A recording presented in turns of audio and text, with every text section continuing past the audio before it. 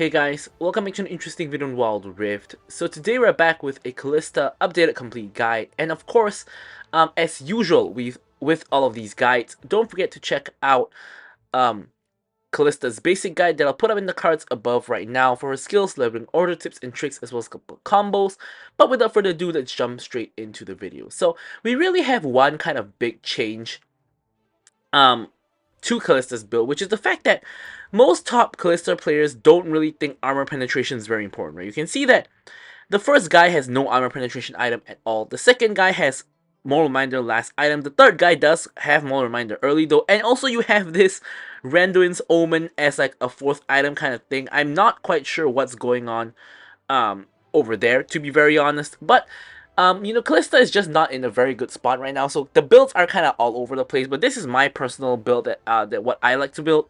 So I like to start it off with the Berserker's Greaves, because with Kalista you really need the early game attack speed to increase your hopping speed and also increase the speed that you can put your spears into your opponents. So no two ways about it, it's always going to be Berserker's Greaves. First item, Bork. No surprise there. Pretty much Kalista's core is going to be Bork into Runans. I believe everybody builds Bork into Runans. I mean, this guy doesn't, but Bork into Runans is basically going to be the core build.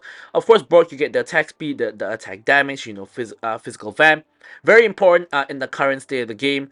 Current health on hit damage, and of course the drain passive, also really good. So then you of course have Runans, which gives you more attack speed, but also allows you to apply your on-hits onto 3 people at the same time and put your spears into 3 people at the same time. Very, very important. So now, third item nowadays, I actually like to go for Wit's End, because it's a very cheap item, right? Unless you're against completely no magic damage at all in the enemy team, or like, let's say there's only one magic damage source and they're very, very far behind, you always want to kind of go for Wit's End, because you do get a lot of attack speed, magic resist, on-hit magic damage, as well as healing.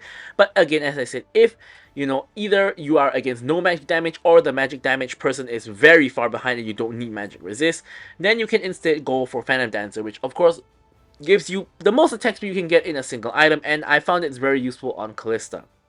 Then I like to go for Immortal Shield Bow as my fourth item. This gives me the good stats, like generally good stat line, as well as, of course, most importantly, giving me that shield when I get low on health, which is going to help me survive, especially because Kalista is a very low range champion.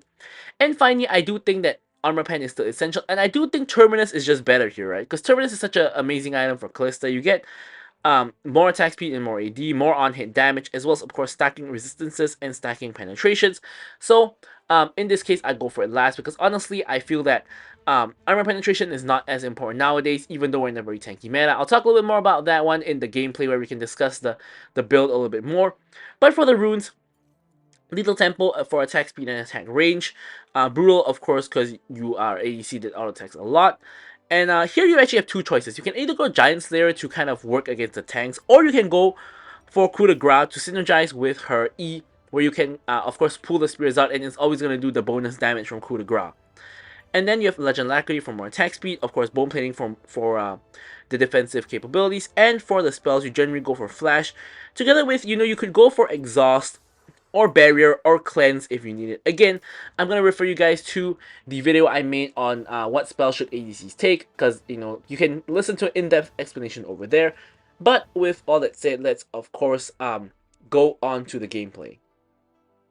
Okay, so now let's take a look at our gameplay itself. Of course, before we get started, don't forget to like, comment, and subscribe. Any questions, queries, or remarks, feel free to leave them in the comments below, and of course be sure to address them or drop a like.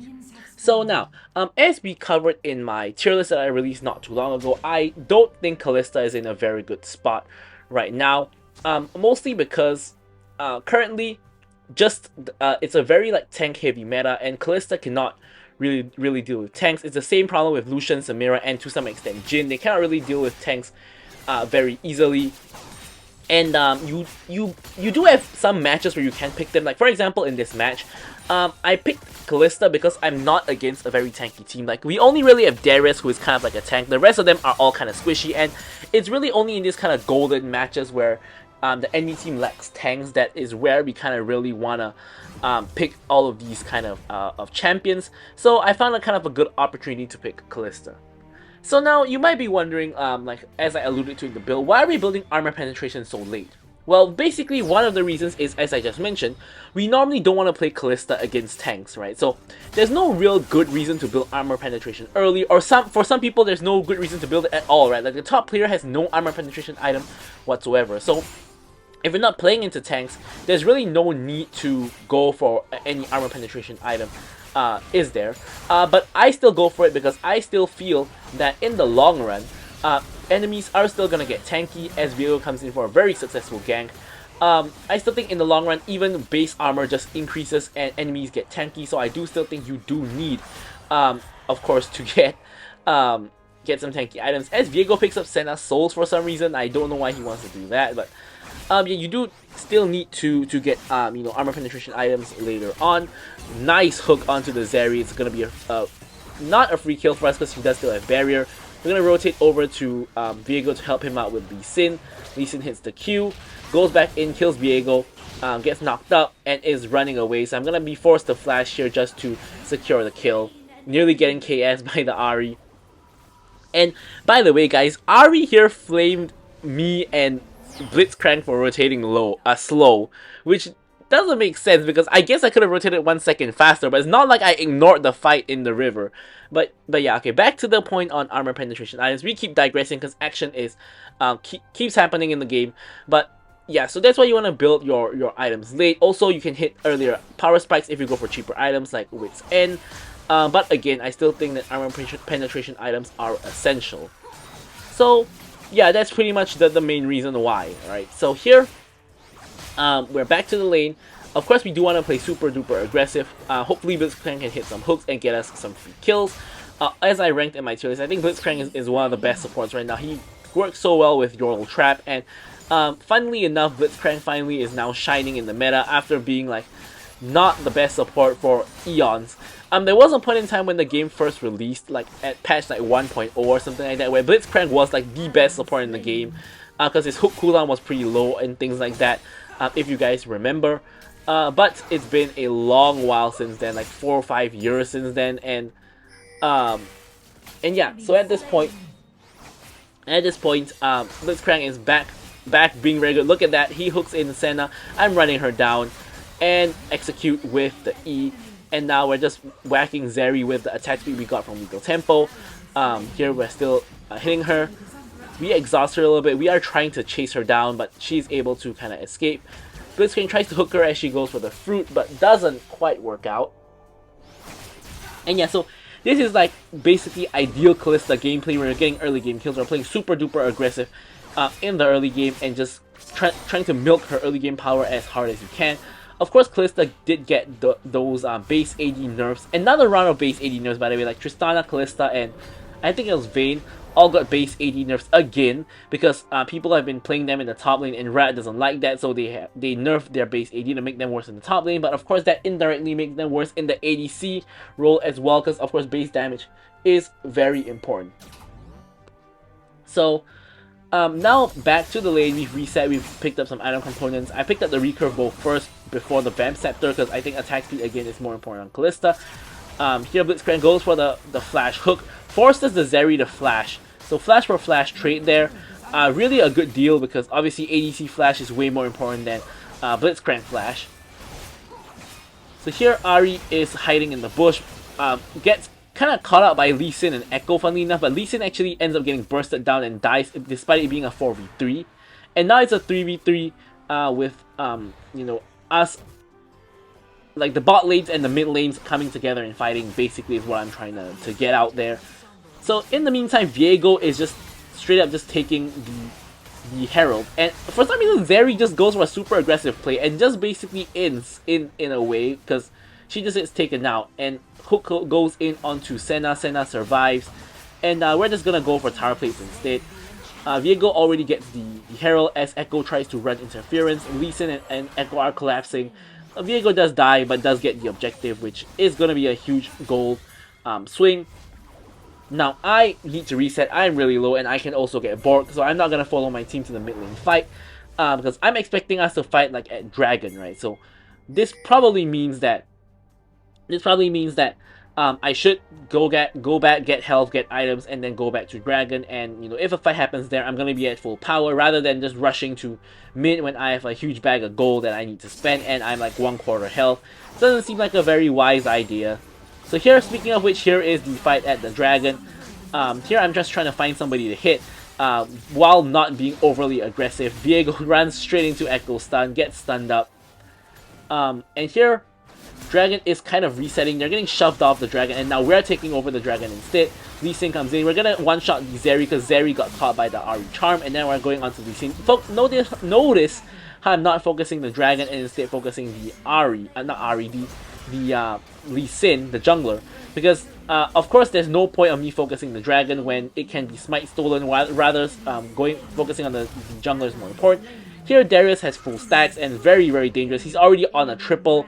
He's running away though. Honestly, if I was Darius, I wouldn't be running away. I would be going for those other kills, considering he has those resets. But I guess he didn't get to reset his ulti, so yeah. So here, Darius tries to hook Garen in, which I think was really predictable, so Garen does not get caught.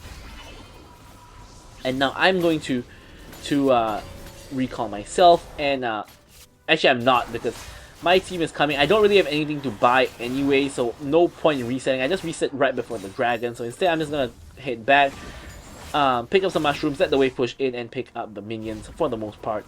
Now we have you know, items to buy, so now we can get a reset and pick up the recurve bow, which of course recurve bow not like exactly a huge item buy, but getting that bonus attack speed is just going to be very useful in general. So seeing as we have nothing to do, why not just reset? So here Lee Sin ganking top, and Viego is at bot, so maybe a play can be made here. Blitzcrank is going in a little bit too early though, because I'm not quite there yet. Viego now making his way in. I'm hopping over using the minions as a way to proc my dashes. They kill without me here. And here we're going on to Senna next. We are able to kill the Senna. Viego picks up a double kill as I end up taking tower aggro after the fact. But in the grand scheme of things, relatively successful play from us. And yeah, Blitzcrank survives as well, is able to reset. So really, all in all, a pretty clean dive. And off of that, we pick up another item component. I'm not sure why I'm resetting so often this game when I could just like stay on the map longer and then get Runan's Hurricane later on. But I guess I'm just resetting for components at this point. I mean, not a lot is lost, right? Because we couldn't really shove up all the way there anyway. And here I attempt to reset again. I guess I have enough gold for Runan maybe at this point, which is why I'm trying to reset again. Yeah, really a lot of tempo being lost by me at this point, which I didn't realize when I was playing the game itself. Here Blitzcrank goes in onto Senna. Senna of course gets caught. Last spear goes over the wall and follows her flash, and she goes down. Viego of course has to walk over there to pick up Senna's body. Here Echo gets CC'd, gets hooked back in, does still have ult though, so can't overcommit. Ult's back. Now it doesn't have ult. Now we're running him down, but he is able to escape, and I start tanking like 2 huge tower shots, and my whole health bar is depleted at this point, so I do want to reset myself. So I'm just going to hide in this bush and reset. My team is all around me, so I should be relatively safe here. No like Jinx or Ezreal out to kill me. It's present, so I should be fine. So now heading back out onto the map. I'm still trying to debate on whether if I want to go mid lane, is it faster to just walk or to take the gate. I think the gate is actually a little bit faster, but I'm not completely sure. Now here we get stunned up by Echo a little bit. Alright, trying to run away from Darius, but he is getting the slow on us, and we barely escape. We are almost gonna die to this poison. We survive on like 1 HP. And we're gonna have to run for the hills back to the base to restore our health. Ally slain. Ally slain. So now heading back out on the map, I'm the last man standing on my team. Garen is now just respawning. But thankfully there's no objectives on the map for the enemy team to take right now. Lee Sin, I'm not sure what he's doing.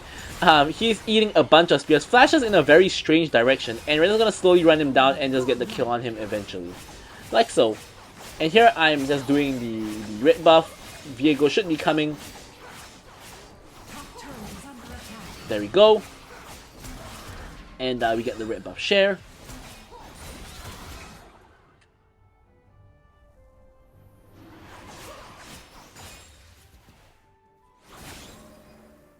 Here the dragon is now up, so obviously we're going to be fighting over this objective. Now I'm 7-0-4, and this is just the thing, right? Like, I'm so fed as Kalista, but in this current meta, it just doesn't feel like you do like a lot, right? Like here we go, legendary, we kill the Echo pretty easily. Darius, of course, is a really tanky target, hard to kill, we eventually do get him. Senna now in trouble, dodges the charm, but gets hooked, and goes down to Ahri as well. So here we get a free dragon, considering the fact that the whole enemy team just got killed. Lee Sin's still alive though, but he's not going to contest. Huge wave in the bot lane, so we're just going to peel off the dragon and just go for that bot wave as our team is able to finish the job. So in this game, I am going for Wit's End here. You can see I complete Wit's End pretty much instantly off of the wave and the kills. Just because, again, Wit's End is a very cheap item, so we can, of course, use it to help us against the Echo in particular, who is not doing the best at the moment, but he is decently fed, and also he does burst people down very easily when he gets to his iron breakpoints. So we're going to make sure we make it harder for him by getting some magic resist. So now I believe we have enough for enchant, which is why we are once again backing to pick up QSS. So QSS, of course, very handy against Echo Stun, you know, Senna's Root. And you know, even slows like Zeri and Darius could be fatal if they use it at the right time. So QSS is very good for that. Of course, you could say we could go for Cleanse instead, but honestly, you can, as you can see, I don't think Cleanse would be really that good this game compared to like Exhaust or Barrier, just because like we don't really encounter Echo until, you know, like mid game, and like Senna's like Root is you can play around it kind of. So here Lee Sin's spotted on the wrong side of the map, so we're actually just doing the Baron, and we actually get the Baron before Lee Sin even comes close. Enemy team tries to contest, Darius just hops in the pit, just dies instantly, and yeah, we basically just get a free Baron with the whole enemy team alive because jungler was at the wrong location. Nara chasing in because the enemy jungler Lee Sin is still not with his team, so we are in a good fight. We're just running people down. I get 2 kills, I'm hopping away. Stasis comes in, going for a 3rd kill, and here we're chasing Echo, but we're not able to get him because he did hit us with the Q to slow. So in the end, we are still able to pick up a triple kill, still pretty good. We're at 12-0-6 right now, haven't yet died, and now is where we're going for Shield Bow. So honestly, at this point, you could go for something like GA as well, because honestly, if you haven't died and like, you got like 12 kills, you have a huge shutdown, and GA sometimes could be really good in these kind of situations. But in this case, we are still going for that Shield Bow. And now we're just pushing. Garen's pushing the top lane, so he should be attracting some attention. Mid lane wave is going in as well. So we do want to be a little bit cautious as we push. Our team is not really near because they are kind of coming off of the reset. So I'm just trying to stay out of vision by going into the enemy jungle instead of the lane. Of course, this jungle pet thing comes and interferes with that. And now we're just going to steal the enemy jungle camp, right? Because the enemy team is all responding to the waves, so we can't really push in the waves unless we want to contest it with them. And instead we're just going to, you know, take what we can, which is going to be the jungle, denying the jungle farm. Lee Sin gets tagged by a spear. Echo is now coming here as well. Our team is pushing all the other lanes while we're pushing this one. It's a 2-2-1 kind of push. And here, unfortunately, Blitzcrank's getting caught. I'm getting caught a little bit. I get exhausted. I'm now focusing the first target, which is Darius, hopping away. And here I'm just hitting the low HP targets. There goes Zeri, and then Senna. There she goes as well. We're taking her out. In the meantime, Garen is basically ending the game.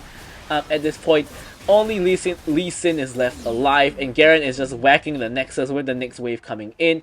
Of course, Nexus shield is still present, so he's not really actually doing anything to the Nexus. Yeah, but here we take down another tower. Another wave is coming in here. There Lee Sin is gone, and we're gonna end the game right here and now. 15-0 game, pretty good Kalista game. But you can see we're against all squishies, so worked out into a really good game. I'm gonna leave you guys with the stats as usual. Thank you guys so much for watching the video, and goodbye.